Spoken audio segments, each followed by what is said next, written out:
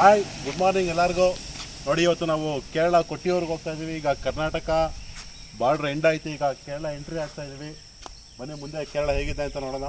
ನೋಡಿ, ಕೇರಳ ಫಾರೆಸ್ಟ್ ಈಗ ಹೊರಗಡೆ ಹೋಗ್ತೀವಿ. ಇಲ್ಲಿಂದ ಕೊಟ್ಟಿಯೂರ್ಗೆ ಹೋಗ್ಬೋದು.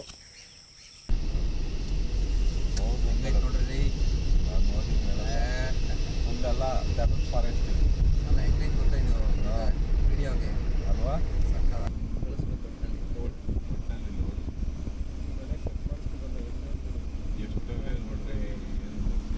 ನೋಡೋದು ಹೆಂಗೆ ಮಳೆಲಿ ನೆಂದ್ರೂ ಏನು ಕೊಟ್ಟಿಯೂರು ಅಂತ ಐತಲ್ಲ, ಪೊಲೀಸವರೆಲ್ಲ ಹಾಕೋರು ಹೋಗ್ಬೋದು ನೋಡಿ.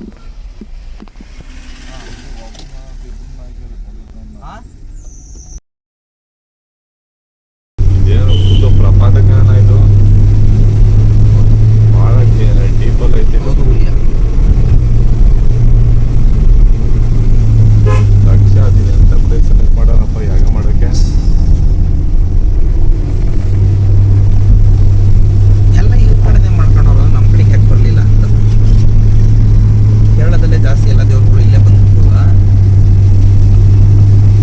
ನಮ್ಮ ಕಡೆಗೆ ಯಾಕೆ ಬರಲಿಲ್ಲ. ಅವಾಗಿನ ಕಾಲದಲ್ಲಿ ಹೇಳಿ ನೋಡಿ, 2 ಕಿಲೋಮೀಟ್ರ್ ಟ್ರಾಫಿಕ್ ಇದೆ.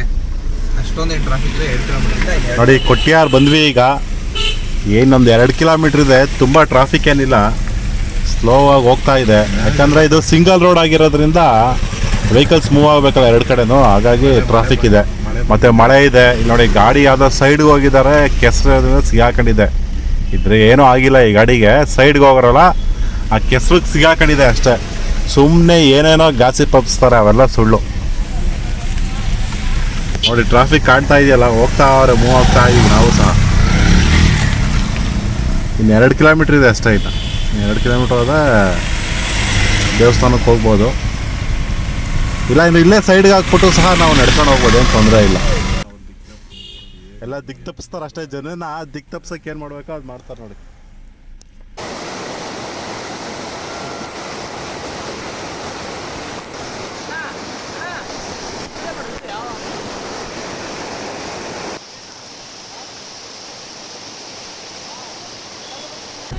ನೋಡಿ, ನಿನ್ನೆ ನೈಟ್ ಹೊರಟ್ವಿ ನಾವು ತುಮಕೂರಿಂದ.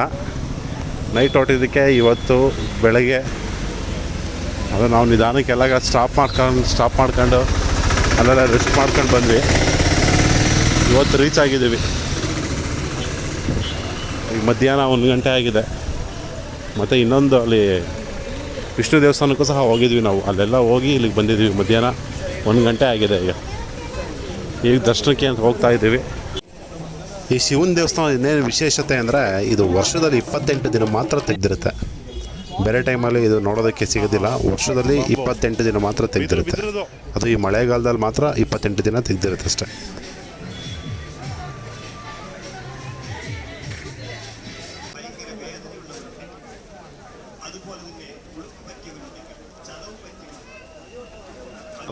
ನೋಡಿ, ನದಿ ಮೇಲೆ ಹೋಗ್ತಾ ಇದ್ದೀವಿ. ಸೇತುವೆ ಇದು.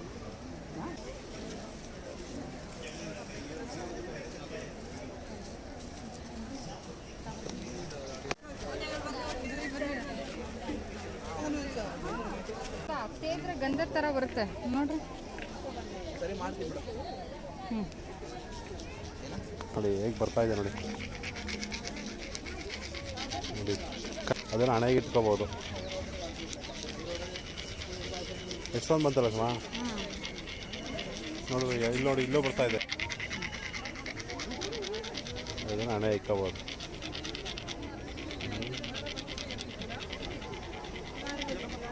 ನೋಡಿ, ಇದೊಂದು ವಿಶೇಷ ಇದೆ. ಗಂಧದ ಕಲ್ ತೆಗೆದಾಗ ಬರ್ತಲ್ಲ, ಆ ಥರ ಬರ್ತ ನೋಡಿ. ನೋಡಿ, ಎಲ್ಲರೂ ಸೂಪರ್.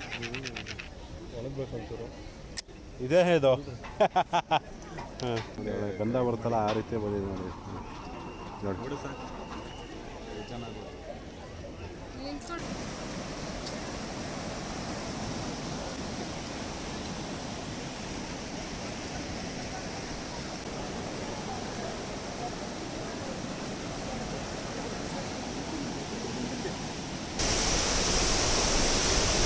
ಅದು ತುಂಬ ಚೆನ್ನಾಗಿದೆ, ಸಕ್ಕತ್ತಾಗಿದೆ ಪ್ಲೇಸ್ ಮಾತ್ರ ಸೂಪರ್.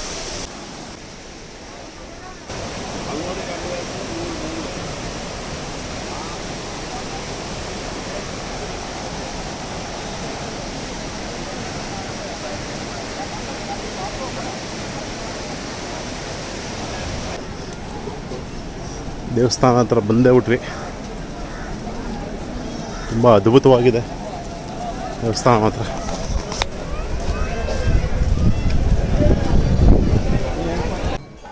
ನೀವು ನೋಡ್ತಾ ಇದ್ದೀರಲ್ಲ ನೀರಿನಲ್ಲಿರುವಂಥ ಪ್ರದೇಶ, ಇದೇ ಜಾಗದಲ್ಲಿ ಯಜ್ಞ ನಡೆದಿದ್ದಂತೆ. ಮತ್ತು ಕುಟೀರಗಳ ಥರ ಇದೆಯಲ್ಲ, ಅದರಲ್ಲಿ ಉದ್ಭವ ಶಿವನ ಲಿಂಗು ಇದೆ. ಮತ್ತು ಇಲ್ಲಿ ವೃತ್ತಾಕಾರದ ಕಲ್ಲಿನ ಮಂಟಪ ಥರ ಇದೆಯಲ್ಲ, ಅದರಲ್ಲಿ ಸತೀದೇವಿ ಯಜ್ಞಕ್ಕೆ ಆಹುತಿಯಾದಂಥ ಜಾಗ ಅದು. ತುಂಬ ಪುರಾತನವಾದಂಥ ಜಾಗ. ತುಂಬ ನೋಡಿ, ಈಗ ದೇವ್ರನ್ನ ಪೂಜೆ ಮಾಡಿ ಅದರ ಮೆರವಣಿಗೆ ನಡೆಯುತ್ತೆ ಆನೆ ಮೇಲೆ. ಅದು ನೋಡೋದಕ್ಕಂತೂ 2 ಕಣ್ಣು ಸಾಲದು. ತುಂಬ ಅದ್ಭುತವಾಗಿರುತ್ತೆ, ತುಂಬ ಪುರಾತನವಾದದ್ದು. ಯಾವುದೇ ಆಡಂಬರ ಇರಲ್ಲ ಇಲ್ಲಿ. ಪರಂಪರೆಯಿಂದ ಏನು ನಡ್ಕೊಂಬಂದಿದೆಯೋ ಆ ರೀತಿ ಈಗಲೂ ಸಹ ನಡೆಯುತ್ತೆ. ತುಂಬ ವಿಶಿಷ್ಟವಾಗಿದೆ. ಕಂಪ್ಲೀಟ್ ನೋಡಿ, ತುಂಬ ಚೆನ್ನಾಗಿದೆ ವಿಡಿಯೋ ಇದು. ಮತ್ತು ಈ ಮೆರವಣಿಗೆಯಲ್ಲಿ ಅವರ ಸಾಂಪ್ರದಾಯಿಕ ಉಡುಗೆ ಆಗಲಿ, ಮತ್ತು ಅವರು ಉಪಯೋಗಿಸ್ತಕ್ಕಂಥ ಛತ್ರಿ ಆಗಲಿ, ಅದು ಹಳೆಯ ಕಾಲದಿಂದ ಸಾಂಪ್ರದಾಯದಿಂದ ನಡೆದು ಬಂದಿರತಕ್ಕಂಥ ರೀತಿಯಲ್ಲಿ ಈಗಲೂ ಸಹ ಮಾಡ್ತಾರೆ. ತುಂಬ ವಿಶಿಷ್ಟವಾಗಿರುತ್ತೆ ನೋಡೋದಕ್ಕೆ ಮಾತ್ರ.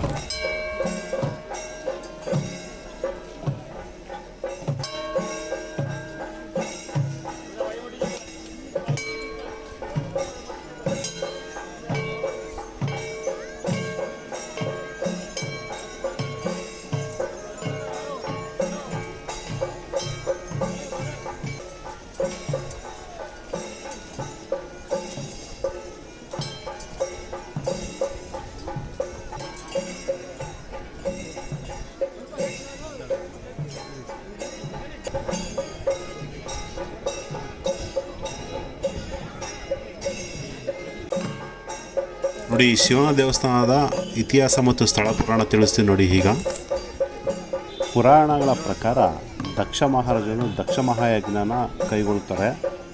ಅವಾಗ ಎಲ್ಲರಿಗೂ ಆಹ್ವಾನ ಕೊಟ್ಟಿರ್ತಾರೆ. ಆದರೆ ತನ್ನ ಮಗಳಾದ ಸತೀದೇವಿ ಹಾಗೂ ಶಿವನಿಗೆ ಆಹ್ವಾನ ಕೊಟ್ಟಿರಲ್ಲ.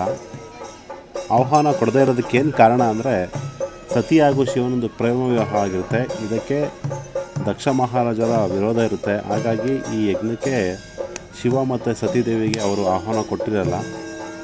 ಸತಿಯು ಮಹಾದೇವನಲ್ಲಿ ಕೇಳ್ತಾರೆ, ನಾನು ಸಹ ಈ ಯಜ್ಞದಲ್ಲಿ ಪಾಲ್ಗೊಳ್ತೀನಿ ಅಂತ. ಆದರೆ ಮಹಾದೇವ ಹೇಳ್ತಾರೆ, ನೀನು ಅಲ್ಲಿ ಹೋದರೆ ನಿನಗೆ ಅವಮಾನ ಆಗುತ್ತೆ, ಆದ್ದರಿಂದ ಆ ಜಾಗಕ್ಕೆ ನೀನು ಹೋಗಬೇಡ ಅಂತ ಅವರು ವಿರೋಧವನ್ನು ವ್ಯಕ್ತಪಡಿಸ್ತಾರೆ. ಆದರೂ ಸಹ ಸತೀದೇವಿ ತನ್ನ ಮಹಾದೇವನನ್ನು ಮನವೊಲಿಸಿ ಹೋಗೋದಕ್ಕೆ ಒಪ್ಪಿಗೆಯನ್ನು ತಗೊತಾರೆ. ಸತೀದೇವಿಯು ಯಜ್ಞ ನಡೆದಿರ್ತಕ್ಕಂಥ ಜಾಗಕ್ಕೆ ಹೋಗ್ತಾರೆ. ಅಲ್ಲಿದ್ದಂಥ ಅವರ ತಂದೆ ದಕ್ಷ ಮಹಾರಾಜರು ಸತಿಯನ್ನು ಸ್ವಾಗತಿಸಿದರೆ ಅವರನ್ನು ತುಂಬ ಅವಮಾನಿಸ್ತಾರೆ. ಮತ್ತು ಮಹಾದೇವನನ್ನು ತುಂಬ ನಿಂದಿಸಿ ಅವಮಾನಿಸ್ತಾರೆ. ಇದನ್ನೆಲ್ಲ ಕೇಳಿದಂಥ ಸತೀದೇವಿಯು ಮನನೊಂದು ಅಲ್ಲೇ ನಡೆಯುತ್ತಿದ್ದಂಥ ಯಜ್ಞಕುಂಡಕ್ಕೆ ಹಾರಿ ತಮ್ಮ ಪ್ರಾಣತ್ಯಾಗ ಮಾಡ್ತಾರೆ. ಈ ಎಲ್ಲ ವಿಷಯವನ್ನು ತಿಳಿದ ಶಿವನು ತನ್ನ ಜಟೆಯಿಂದ ಕೆಲವು ಭಾಗವನ್ನು ಭೂಮಿ ಮೇಲೆ ಹಾಕಿದಾಗ ಅದರಿಂದ ವೀರಭದ್ರನು ಉದ್ಭವವಾಗಿ ದಕ್ಷ ಮಹಾರಾಜರ ತಲೆಯನ್ನು ಕತ್ತರಿಸುತ್ತಾರೆ. ಇದನ್ನೆಲ್ಲ ತಿಳಿದ ದೇವನ ದೇವತೆಗಳು ಯಾಗ ಅರ್ಧಕ್ಕೆ ನಿಂತರೆ ಕೆಡಕು ಉಂಟಾಗುತ್ತೆ ಅಂತ ಹೇಳಿ ಮಹಾದೇವರ ಮನವೊಲಿಸಿ ಮೇಕೆ ತಲೆಯನ್ನು ತಂದು ದಕ್ಷ ಮಹಾರಾಜನ ದೇಹಕ್ಕೆ ಸೇರಿಸಿ ಮತ್ತೆ ಅವರಿಗೆ ಮರುಜನ್ಮವನ್ನು ಮಹಾದೇವ ನೀಡುತ್ತಾರೆ. ನಂತರ ಯಜ್ಞ ಪೂರ್ಣಗೊಳ್ಳುತ್ತದೆ. ಈ ಎಲ್ಲ ಘಟನೆಗಳು ನಡೆದ ನಂತರ ಶಿವನು ಇಲ್ಲಿ ಉದ್ಭವಲಿಂಗವಾಗಿ ನೆಲೆಸಿದ್ದಾನೆ ಅಂತ ಇಲ್ಲಿ ಸ್ಥಳ ಪುರಾಣ ಇದೆ. ತುಂಬ ವಿಶಿಷ್ಟವಾದಂಥ ಜಾಗ ಮತ್ತು ತುಂಬ ಶಕ್ತಿಶಾಲಿ ಆದಂಥ ಶಕ್ತಿಪೀಠವಾಗಿದೆ ಇದು.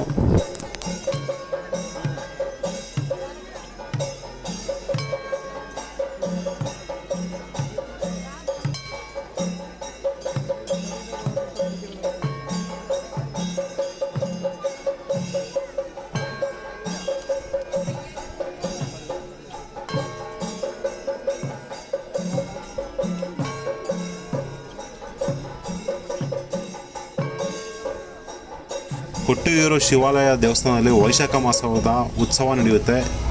ಈ ಉತ್ಸವ ಕೇವಲ 28 ದಿನ ಮಾತ್ರ ನಡೆಯೋದು. ತುಂಬ ವಿಶಿಷ್ಟವಾಗಿರುತ್ತೆ. ಸಾಧ್ಯವಾದರೆ ನೀವು ಒಂದ್ಸಲಿ ಭೇಟಿ ಕೊಡಿ.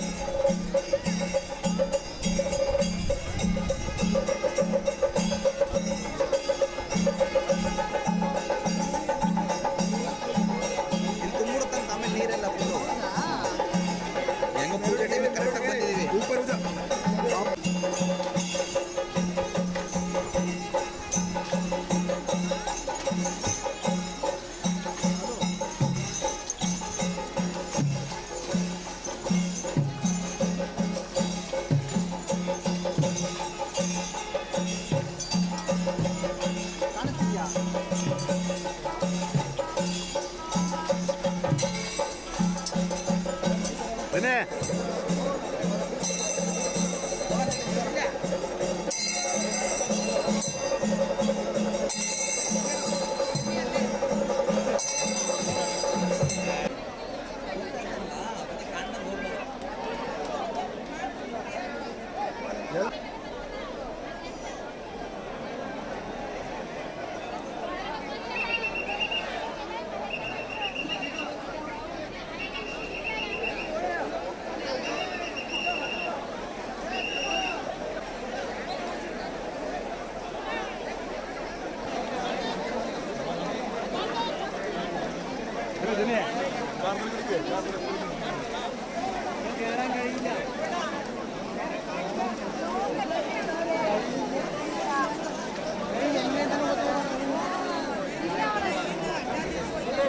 ಸುತ್ತಾಕೊಂಡು ಅವನು ಇಡ್ರ. ದಿನಿ ಇಲ್ಲ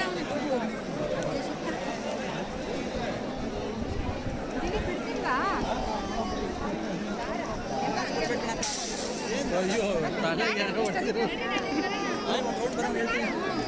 ನಿಮ್ಮ ಡ್ಯಾಡಿ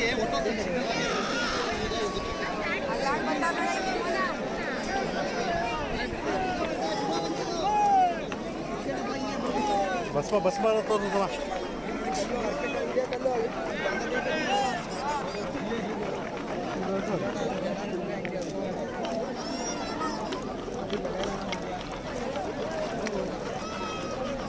ನೋಡಿ ಭಸ್ಮ ಹೇಗೆ ಬರ್ತಾ ಇದೆ. ಭಸ್ಮ ಕಲ್ಲಿನಲ್ಲಿ ಭಸ್ಮ.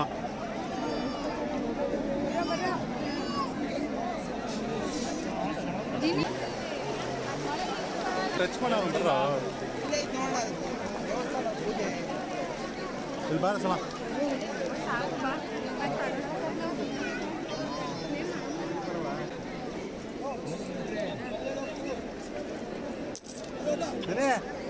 ಇಲ್ಲೋದು ಬಾರ ಬೇಗ. ಸಂಜೋಣ ಬಾ ಈ ಕಡೆ ಇಲ್ಲಿ ಬಾ ಏನು ಶಿವಕುಮಾರು ಮುಂಚೆ ಬಾಯಲ್ಲಿ ಪೂಜೆ ಮಾಡ್ತಾರೆ.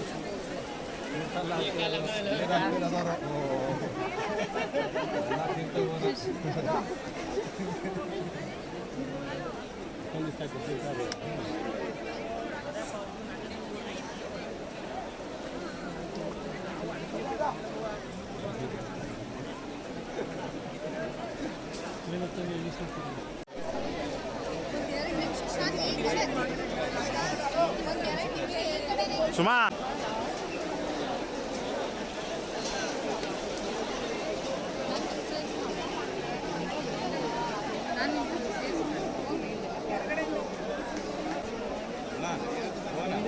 ಕರೆ ಇವರು ಪಾಸ್ ಕೇಳ್ಕೊಂಬರಬೇಕು ಅಂತೀರ ನೋಡೋಣ.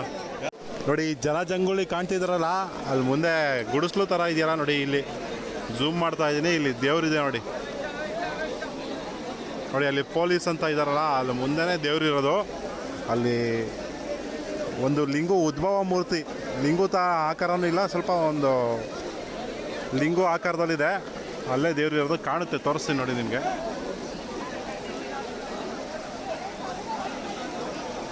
ಮತ್ತೊಂದು ಈ ಸ್ಥಳದ ಮಹತ್ವ ಏನು ಅಂದರೆ, ಈ ಪ್ರದೇಶದಲ್ಲಿ ವರ್ಷದಲ್ಲಿ 1 ತಿಂಗಳು 28 ದಿನ ಮಾತ್ರ ಇದನ್ನು ನೋಡೋದಕ್ಕೆ ಸಿಗುತ್ತಂತೆ. ಈ ದೇವಸ್ಥಾನ ತೆರೆದಿರುತ್ತಂತೆ. 28 ದಿನ ಅವಾಗ ಮಾತ್ರ ಇದನ್ನು ನೋಡೋದಕ್ಕೆ ಅವಕಾಶ ಇರುತ್ತೆ. ಮತ್ತು ಕೊನೆಯ ಒಂದು ವಾರನೇನೋ ಇಲ್ಲಿ ಲೇಡೀಸ್ಗೆ ಅವಕಾಶ ಇರುವಂತೆ, ಬರೀ ಜೆಂಟ್ಸ್ ಮಾತ್ರ ನೋಡುವಂತೆ.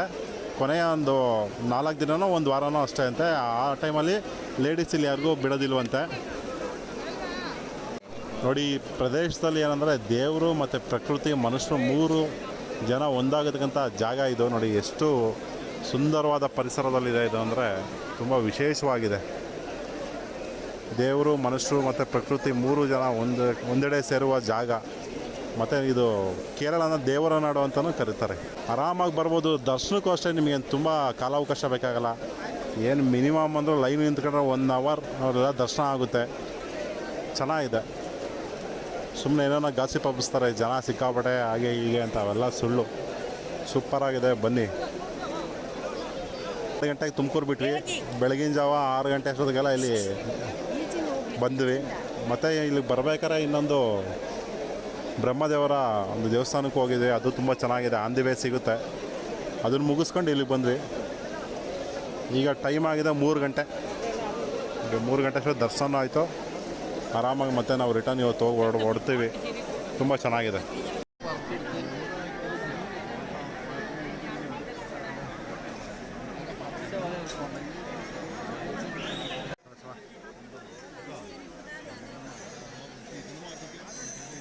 ಈ ದೇವಸ್ಥಾನ ಇದೆಯಲ್ಲ, ಹಿಂದ್ಗಡೆ ಇರೋ ಬೆಟ್ಟ ನೋಡಿ ಫಾಗ್ ಹೇಗಿದೆ. ಈ 3 ಗಂಟೆ 3 ಗಂಟೆಗೆ ಈ ರೀತಿ ನೇಚರ್ ಇದೆ ನೋಡಿ, ಸೂಪರ್ ಆಗಿದೆ. ಇಲ್ಲಿ ನೀರೊಳಗೆ ಉರುಳು ಸೇವೆ ಸಹ ಮಾಡ್ತಾ ಇದ್ದಾರೆ ಭಕ್ತಾದಿಗಳು. ನೋಡಿ ನೀರೊಳಗೆ ಉರುಳು ಸೇವೆ ಮಾಡ್ತಾವ್ರು ನೋಡಿ. ಅಲ್ಲಿ ಛತ್ರಿ ಥರ ಇಟ್ಕೊಂಬರ್ತಿದ್ದಾರಲ್ಲ, ಅವ್ರು ಮುಂದೆ ಮಾಡ್ತಾ ಇದ್ದಾರೆ ನೋಡಿ.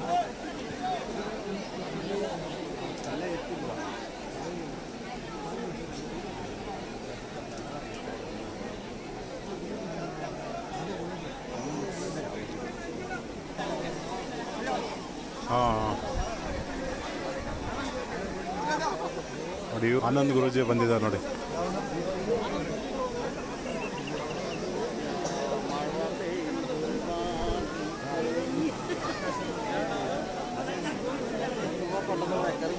ನೋಡಿ ಆನಂದ್ ಗುರೂಜಿ ಬಂದಿದ್ದಾರೆ ನೋಡಿ. ಮಳೆ ಬರ್ತಾ ಇದೆ, ಎಲ್ಲ ಕೊಡೆಗಳು ಯಾವ ರೀತಿ ಓಪನ್ ಆಗ್ತಾ ಇದೆ ನೋಡಿ. ಮಳೆ ಬರ್ತಿರೋದಕ್ಕೆ ಕೊಡೆಗಳೆಲ್ಲ ಒಂದೊಂದೇ ಸೂಪರಾಗಿ ಓಪನ್ ಆಗ್ತಾಯಿದೆ ನೋಡಿ. ಇದು ನೋಡೋಕ್ಕೂ ಒಂಥರ ಸೂಪರ್ ಆಗಿದೆ ನೋಡಿ. ಎಲ್ಲ ಕಲರ್ಫುಲ್ ಕೊಡೆಗಳು ನೋಡಿ, ಕಲರ್ಫುಲ್ ಕೊಡೆಗಳೆಲ್ಲ ಓಪನ್ ಆಗ್ತಾ ಇದೆ. ಕೊಡೆಗಳ ಪ್ರಪಂಚ.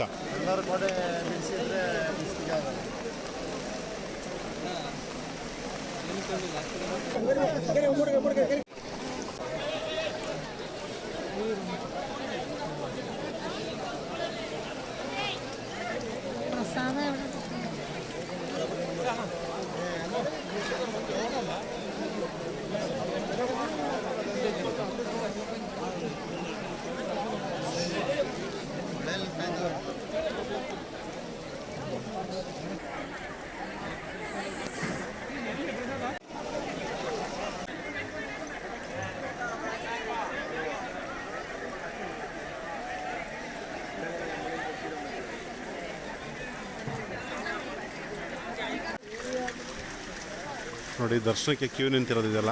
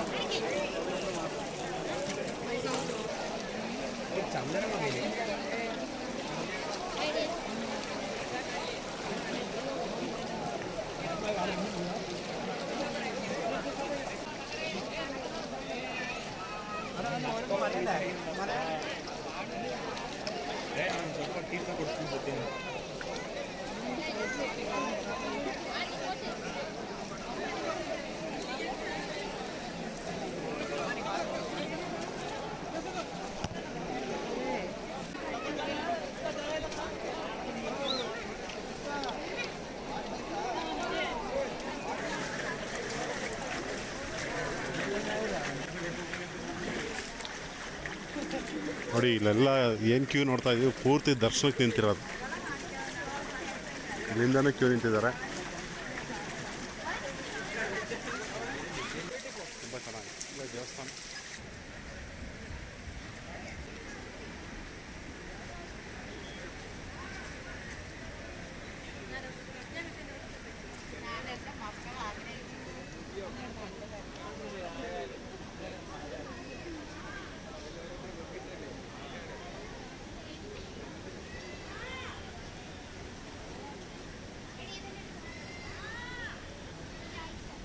Eva.